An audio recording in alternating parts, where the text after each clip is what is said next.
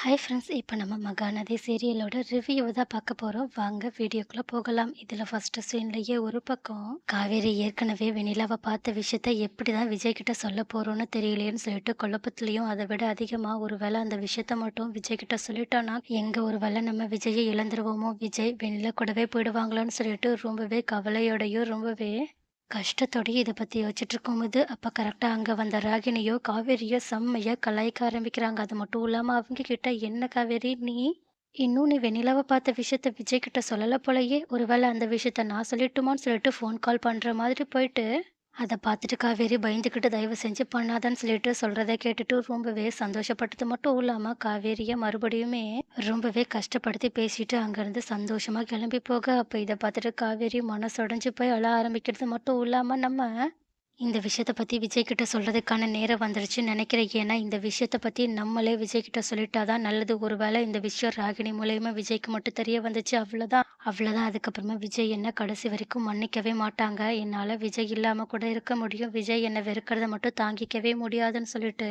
தன்னோட மனச கல்லாக்கிக்கிட்டு உடனடியா இத பத்தி விஜய் கிட்ட பேசுறதுக்காக போக, உடனே அவங்களோட மனசாட்சி அவங்க கிட்ட பேசுற மாதிரி கற்பனை பண்ண ஆரம்பிக்கிறது மட்டும் இல்லாம, அவங்களோட மனசாட்சி அவங்க கிட்ட தயவு செஞ்சு விஜய் கிட்ட நீ இந்த உண்மைய மட்டும் சொல்லிடாத. அப்படி மட்டும் சொன்னேன்னா கடைசி வரைக்கும் விஜயோட காதல் உனக்கு கிடைக்காமயே போயிடும்னு சொல்லிட்டு சொல்ல ஆரம்பிக்க, உடனே இத கேட்டுட்டு காவேரி இன்னுமே குழப்பத்தோட அப்படியே யோசிச்சுட்டு நின்னுட்டு இருக்கும்போது, அப்ப கரெக்ட்டா அங்க விஜயுமே வந்தது மட்டும் இல்லாம, காவேரி ஒரு மாதிரி நின்னுட்டு இருக்கறத பார்த்துட்டு எப்பவும் போலயே ரொம்பவே பாசத்தோட காவேரியோட முகத்த பிடிச்சு, "என்னாச்சு காவேரி? ஏதாவது பிரச்சனையா என்ன? நீ அழுகுற மாதிரி தெரியுதேன்னு" சொல்லிட்டு ரொம்பவே பாசத்தோட அவங்களோட முகத்த தடவி கொடுக்க, உடனே இந்த மாதிரி விஜய் பண்றத பார்த்த உடனேயே காவேரி மனசு உடைஞ்சு போய் கதறி அழ ஆரம்பிக்க, உடனே ஒண்ணுமே புரியாத விஜய்யோ காவேரி கிட்ட, "என்னாச்சு காவேரி? எதுக்காக இப்படி அழுதுட்டு இருக்கன்னு" சொல்லிட்டு அவங்கள சமாதானப்படுத்த ட்ரை பண்ணிட்டு இருக்க, உடனே காவேரியும் மனசுக்குள்ளேயே, "இந்த மாதிரி ஒரு கேரிங்க இதுக்கப்புறமா நான் எப்பதான் அனுபவிக்க போறேன்னு எனக்கு தெரியல. ஆனா கண்டிப்பா நான் இந்த உண்மைய இப்பவே சொல்லியே ஆகணும். எனக்கு வேற வழியும் கிடையாது. ஏன்னா நான் இப்போ சொல்லாம விட்டேன்னா, கண்டிப்பா என்னைக்காவது ஒரு நாள் இந்த உண்மை விஜய்க்கு தெரிய வரும்போது, இது எனக்கு முன்னாடியே தெரியுன்ற உண்மையும் தெரிய வரும். அப்போ கண்டிப்பா இப்போ விஜயோட கண்ணுல எனக்கு இருக்கிற பாசத்த என்னால பார்க்கவே முடியாது. அது மட்டும் இல்லாம அதுக்கு மாறா அவங்க என்ன இந்த உலகத்திலேயே அதிகமா வெறுக்க ஆரம்பிச்சுருவாங்க. அத மட்டும் என்னால ஒரு துளி கூட தாங்கிக்கவே முடியாதுன்னு சொல்லிட்டு விஜய் கிட்ட கண்ணீர் விட்டு கையெடுத்து கும்பிட்டுக்கிட்டு, "தயவு செஞ்சு என்ன மன்னிச்சிடுங்க விஜய். நான் ஒரு மிகப்பெரிய தப்பு பண்ணிட்டேன்னு" சொல்லிட்டு அழ ஆரம்பிக்க, உடனே விஜயும் பதறி போய், "ஏன் காவேரி இப்படி பேசிட்டு இருக்க? என்னாச்சு? என்ன பிரச்சனைன்னு?" சொல்லிட்டு கேட்க ஆரம்பிக்க, உடனே காவேரியும் இந்த மாதிரி அவங்க வெண்ணிலாவ பார்த்த விஷயம் எல்லாத்தையுமே விஜய் கிட்ட சொன்னது மட்டும் இல்லாம,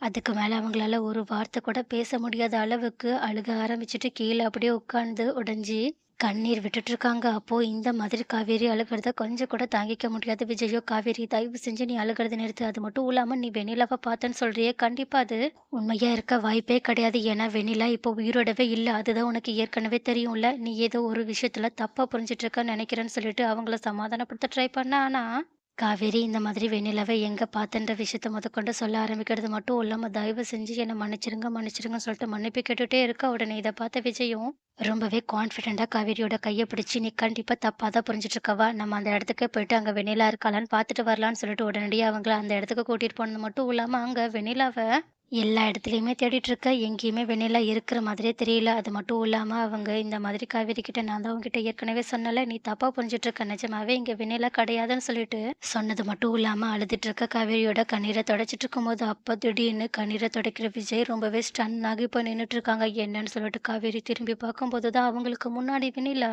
உட்கார்ந்துட்டு இருக்கறத காவேரி பார்க்குறாங்க. உடனே இத பார்த்துட்டு ஷாக் ஆயிட்டு விஜய திரும்பி பார்க்க, விஜய் அத விட அதிகமான ஷாக்கோட அப்படியே காவேரிய கடந்து போய் வெண்ணிலாவ வெறிக்க வெறிக்க பார்த்துட்டு இருக்க. அப்போ திடீர்னு தான் முன்னாடி நின்னுட்டு இருக்க விஜய பார்த்த வெண்ணிலாவும் பாசத்தால அவங்கள கட்டிப்பிடிச்சு கதறி அழ ஆரம்பிக்க, விஜயும் ஒரு நிமிஷம் மனசே உடைஞ்சு போய், செத்து போயிட்டதா நெனச்ச வெண்ணிலா திரும்பி வந்துட்டாங்களேன்ற சந்தோஷத்துல அவங்களுமே திருப்பி வெண்ணிலாவ கட்டிப்பிடிச்சு கண் கலங்கி அழுதுட்டு இருக்கா. அப்போ இந்த மாதிரி 2 பேருமே கட்டிப்பிடிச்சு அழுதுட்டு இருக்கத பார்த்த உடனேயே காவேரி, "2 காதலர்கள் ஒண்ணு சேர்ந்துட்டாங்க. இப்போ என்னோட காதல் முழுசா உடைஞ்சு நொறுங்கி போயிடுச்சுன்னு" சொல்லிட்டு அவங்க கண் கலங்கி அழுதுகிட்டே அங்கருந்து ஓடி போகவே, கொஞ்ச நேரம் கழிச்சு தான் நிதானத்துக்கு விஜய் வராங்க. அது மட்டும் இல்லாம வந்த உடனேயே காவேரிய பத்தி தான் முதல்ல அவங்களோட சிந்தனை யோசிக்க ஆரம்பிக்குது. அது மட்டும் இல்லாம முன்னாடி நின்னுட்டு இருக்க வெண்ணிலாவ திடீர்னு தள்ளி விட்டுட்டு என்ன யோசிச்சாங்களோ தெரியல. நான் இப்ப காவேரிய பார்க்கணும். என்னோட காவேரிய நான் இப்ப பார்த்தே ஆகணும்னு சொல்லிட்டு அவங்க பாட்டுக்கு அங்கருந்து தல தெறிச்சு ஓட ஆரம்பிக்கா. அப்ப இத பார்த்துட்டு வெண்ணிலாவோ எதுக்காக விஜய் இப்படி பண்றாங்களேன்னு தெரியலேன்னு சொல்லிட்டு குழப்பத்தோட நின்னுட்டு இருக்கிறது மட்டும் இல்லாம, உடனடியா நம்ம இந்த விஷயத்துல ஏதாவது பண்ணியாகணும்னு சொல்லிட்டு யோசிச்சுட்டு அப்படியே நின்னுட்டு இருக்க. ஆனா விஜயோ கண்டிப்பா காவேரி இந்த விஷயத்தால உடைஞ்சு போயிருப்பா. நான் அவள இப்ப உடனடியா பார்த்தாகணும்னு சொல்லிட்டு அவங்க